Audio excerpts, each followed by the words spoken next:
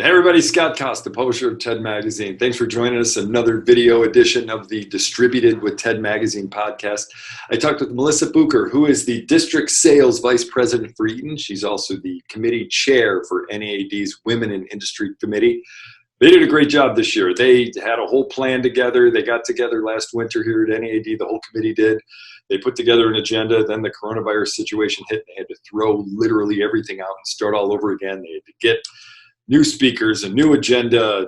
It was a lot of work, and they just did an amazing job and got so much positive feedback. We're going to talk about the feedback that they got from the Women in Industry event, the way that they were able to put together the event in such a short period of time. We're also going to talk to her, as I kind of pushed her a little bit on, would you do another virtual event between now and when we have our next in-person Women in Industry conference next summer in San Antonio? So we talked about a lot, got some great insight from her. I think you're going to like this particular video podcast from us. Also want to tell you about NAED's Market Data Program. The program is a service where electrical distributors submit confidential, anonymous, monthly point of sales data. Users are then able to see market values by region, product, or customer type. Here's the important part. Users are able to see the aggregated market data when there's enough data flowing into the system to maintain anonymity. Market Data Program recently began displaying its first state data for 3 states, Illinois, North Carolina, and Virginia. More data is expected soon as more distributors begin submitting their data. If you want to find out more about NAED's Market Data Program, head on over to www.naed.org/marketdata to get the information that you need. And now here's our Distributed with TED Magazine podcast with Melissa Bucher. Thanks for joining me on the Distributed with TED Magazine podcast. It's great to have you. Thanks for having me. All right, so you joined me on the podcast when we just put a couple of headsets on, and we're audio. We've evolved now. We do video sometimes on our podcast.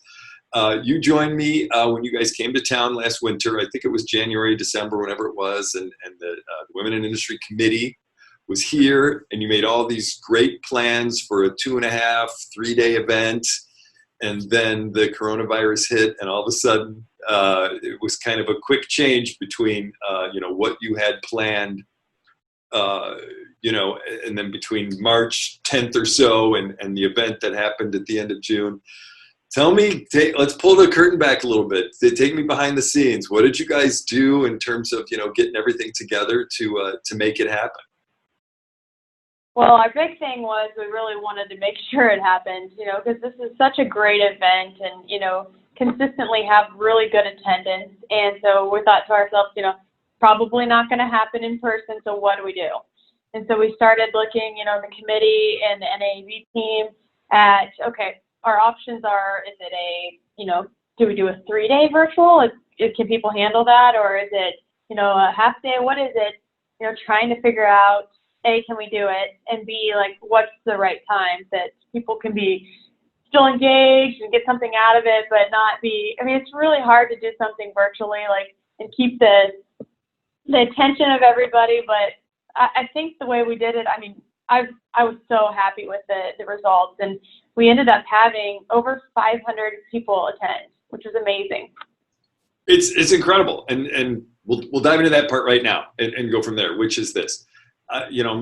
So in 2019, it was a real event, in-person event. So like it wasn't real this year. My bad on that one. But we had an in-person event in Nashville, and it, for lack of a better term, sold out. We had to kind of try and create more space for people. It was more than 400 women attended, which was great. And now this year, again, in the middle of a pandemic and in the middle of craziness, and people are working from home, and how nuts it was, we actually increased by 100 people. There were more than 500 women who attended. And again, let's talk about some of the value of those people. You could say it was 500 women. Okay, great. Truth is, it was 500 of the most influential women in electrical distribution on the planet. And so what did they get out of it? What do you get out of it when you're talking about, an incredible audience all gathered in one place at one time, and the audience just continues to grow? Mm-hmm.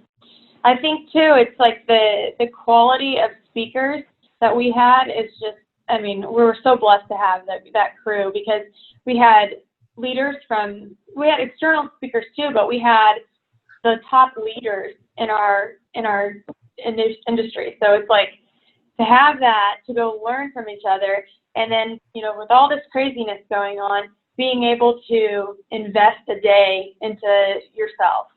And it was a great event. And like we talked about, what we had planned in, I think, December timeframe, and the 3-day event, a different theme and everything. And we like reviewed it in, I think it was March, April timeframe. We're thinking, you know what, this theme doesn't necessarily fit for this moment.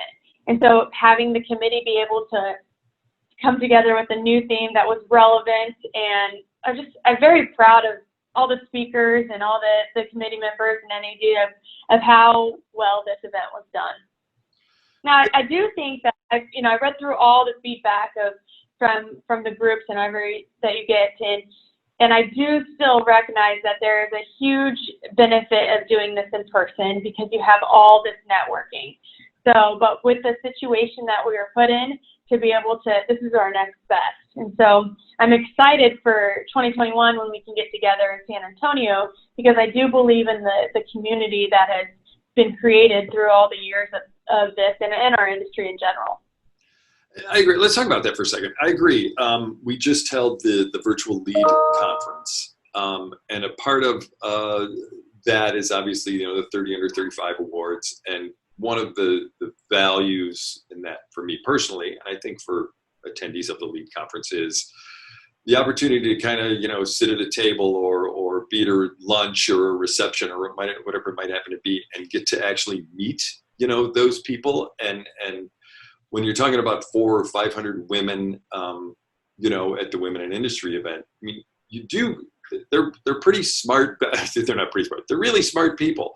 And you want to meet all of them. And sometimes in these virtual events, you don't get a chance, you know, to do that. So take us inside, again, take us back to 2019. You know, what are some of the valued things that happened when you could meet in person, you know, with the women at the Women in Industry event, to kind of, you know, not just gain knowledge, but to gain knowledge about personalities and people? Well, I think it's what you miss in a virtual setting is those sidebar conversations. So you're sitting at lunch and somebody talks about, did you listen to that speaker? And man, I'm really struggling with, you know, XYZ. And to be able to have those, like, those are a little harder to have, like, online or over email, and just to be there together and realizing that a lot of the challenges that other women are facing throughout the industry are the same as you are. So I think that's probably, if I read through all the feedback and there's one thing we can improve on, and whether it's we're doing it in person or we do something else virtually, it's try to figure out a way that there's better chat and better, you know, communication in between, and an opportunity for networking and learning from each other. And one of the speakers talked about, you know, finding people that you admire and setting those and learning from them, you know, being able to meet them in person and then connect with them online and then stay connected. Sometimes that's easier when you're in person, if that makes sense. Yeah. So let's bring that. I was going to actually ask about that, the stay connected part. So you got some feedback, obviously, from the virtual event. And again, the speakers were incredible, whether it was Laura McBride or and it figures now that I'm recording that the name of the woman who built the house is right out of my head. You know, it's like, oh, well, so it goes. We're going to keep pushing forward. But you know what I mean? I mean, there was some great, I watched, I mean, there were some great, you know, comments and that they made, and then you received some comments.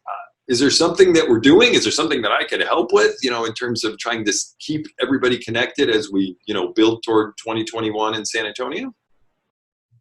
Well, I think, so one of the things that I thought was really cool is I had a lot of people connect with me on LinkedIn, and being able to, you know, follow each other back and share content and learn from each other that way. I think that's a great opportunity to stay connected and share what you're learning and with each other. So you can comment on it and collaborate. And are you getting a lot of feedback? What's happening?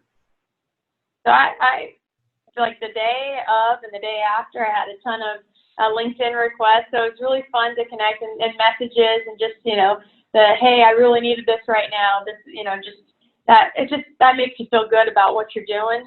And so continuing those conversations, and maybe I wouldn't have been able to connect with everybody at a conference, because if you have 500 people, there's just so many people there. So having that platform to be able to connect with, 100 women that I probably wouldn't have. So it's very cool. I'm very, very honored to be part of it. Great point. So building toward 2021, I know that there's a committee. I know that people are probably interested in, either joining the committee or at least giving some kind of direction to the committee about, hey, here's some ideas or some content or some things I'd like to learn about, whatever, where does this go from, August 1st till next summer to make sure that you're meeting all the needs for next year's Women in Industry event? How can people become involved?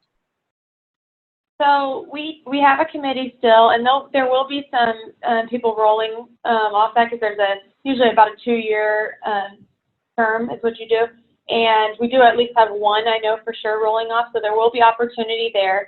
I think we meet monthly as a team to review. We're going to dive deep into some of the comments from this year and being able to think, okay, what kind of themes do we need to talk about next year? So we really appreciate everybody that took the time to do those surveys, and we do review that as a team, and then making sure that we're incorporating that into 2021's conference. So, and if other people have thoughts on, like, hey, I really want to learn more on this, I mean, they're more than welcome to message me or anybody on the committee on LinkedIn, or send us an email. I think that would be a great opportunity. We've gotten really good feedback.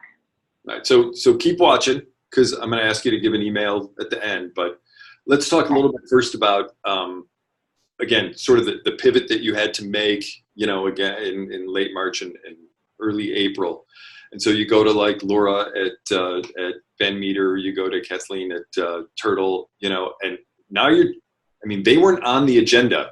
All of a sudden it becomes, hey, will you do me a favor? Can you do something for us in mid-pandemic to join, the Women in Industry conference and give us some insight and some feedback? And so take me through some of that a little bit in terms of, the cold, for lack of a better term, the cold call that was like, hi, Laura, it's the NAED's Women in Industry Committee.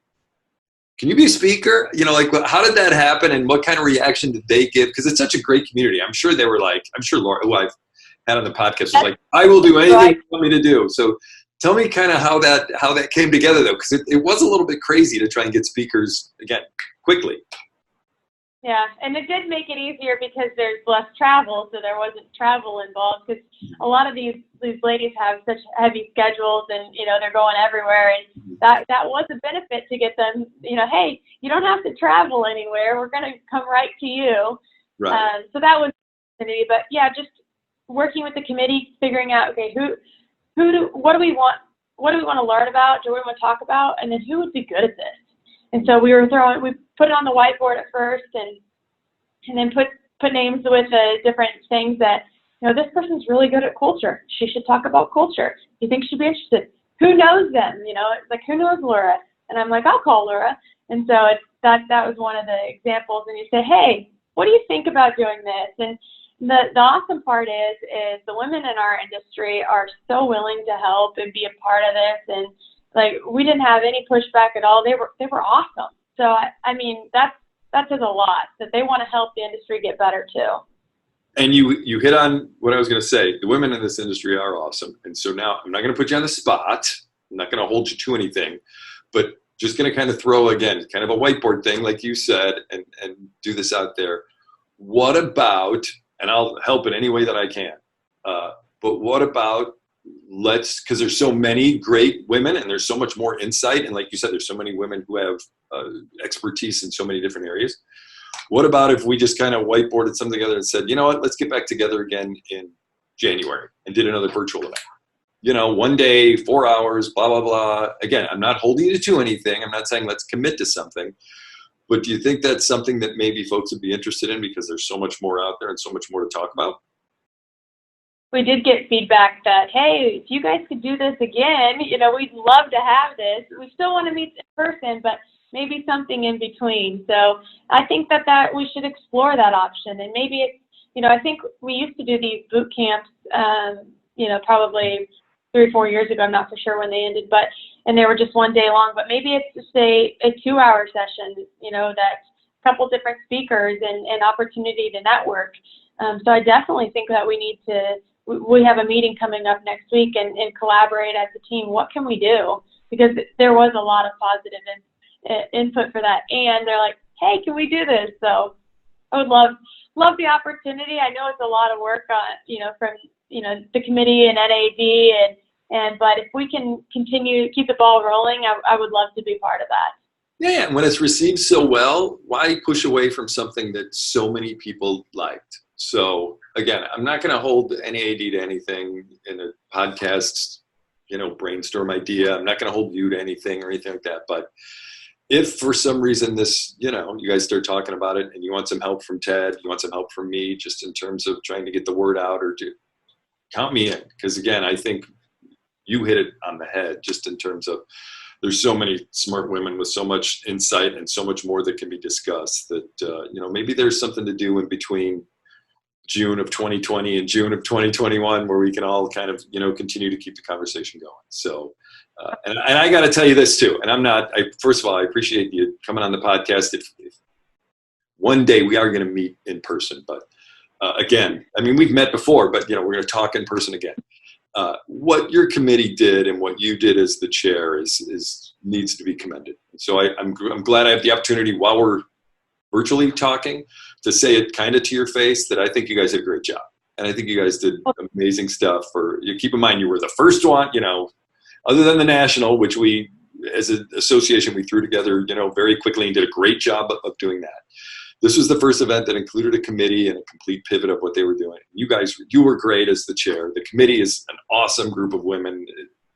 You guys should be commended. Really awesome stuff. So I'm glad that you came on the podcast so I can thank you personally for what you guys did. Seriously, just great. Thank you. Appreciate that. It was great. So if folks want to get in touch with you, because they're interested in giving you more feedback about women in industry, joining the committee, whatever, this is your chance. Throw an email, a LinkedIn. What's the best way that folks can get in touch with you, Melissa? LinkedIn, you can find Melissa Bucher on LinkedIn, or you can email me on Melissa, MELISSA, Bucher, BUCHER, @eaton.com. And we will put that at the bottom of the screen, by the way, since this is a video podcast too, so folks can see it and hopefully get in touch with you. Melissa Bucher, I cannot thank you enough for everything you've done for NAED and for joining me on the Distributed with TED Magazine podcast. Thank you. Appreciate it. Hey, I tell you what, if you're interested in maybe another virtual Women in Industry conference, you not only can contact Melissa, you can contact me too. Here's how you can do it. My email address, scosta, SCOSTA @NAED.org. Send me some feedback about the Women in Industry Conference, about this podcast, about other podcasts, whatever it is. Love to hear from you. You can also call me. Look, still got my phone, arm's length away. Give me a phone call. Area code 314-812-5311. Love to hear from you. Maybe we can somehow get something together, do another Women in Industry virtual event between now and next summer. Also want to tell you about NAED's Market Data Program. This is an important program that we've been working on. It's a service where electrical distributors submit confidential, anonymous, monthly point of sales data. Users are then able to see market values by region, product, or customer type. Users are only able to see the aggregated market data when there's enough data flowing into the system to maintain anonymity. The Market Data Program recently began displaying its first state data for Illinois, North Carolina, and Virginia, and more data is expected soon as more distributors begin submitting their data. If you want to find out more about the Market Data Program, head on over to www.naed.org/marketdata to learn what you need to know about the Market Data Program. Meanwhile, thanks everybody for listening and for watching the Distributed with TED Magazine podcast.